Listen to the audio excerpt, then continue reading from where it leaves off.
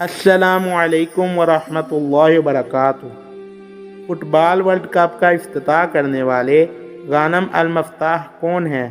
गानम अल-मफ्ताह 5 मई 2002 को कतर में पैदा हुए। बचपन में ही वो एक ऐसी बीमारी का शिकार थे जिसमें रीढ़ की हड्डी का ज़रूरी हिस्सा नशोनुमा नहीं पा सकता था। इब्तदाई तालीम के लिए इनकी वालदा ने जब इन्हें स्कूल में दाखिल करवाना चाहा तो बहुत से स्कूलों ने इनकार कर दिया और जिस स्कूल में इन्हें बिलाखिर दाखिला लेने में कामयाबी हुई वहाँ मजबूरी की वजह से बच्चे इनसे खेलने से कतराते थे।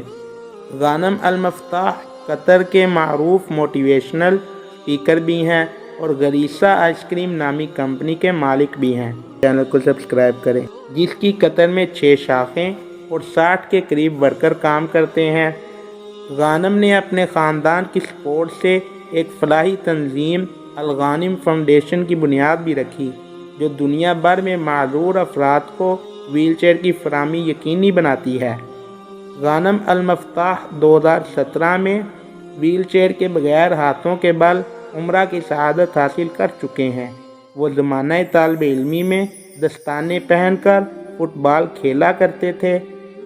फुटबॉल के अलावा वो गोताखोरी भी करते हैं और समंदर में 200 मीटर तक गोताखोरी के जौहर दिखा चुके हैं। आज कारी गानम अल-मफ्ताह कासुल आलम यानी वर्ल्ड कप का इफ्तिताह करने जा रहे हैं, जिसे दुनिया के 500 बड़े चैनल्स पर दिखाया जाएगा।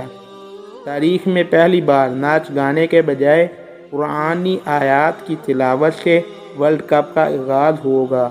इस वक्त जब यूरोप के अक्सर लोग LGBT तहरीक की सरगर्मियों पर कतर में पाबंदी आयद किए जाने पर इनके हकूक़ की बात की जा रही है, वहीं कतर ने एक माज़ूर कारी से इफ्तिताह करवा कर दुनिया भर के माज़ूर अफराद के हौसले बुलंद करके अपनी तरजीहात की वजाहत कर दी।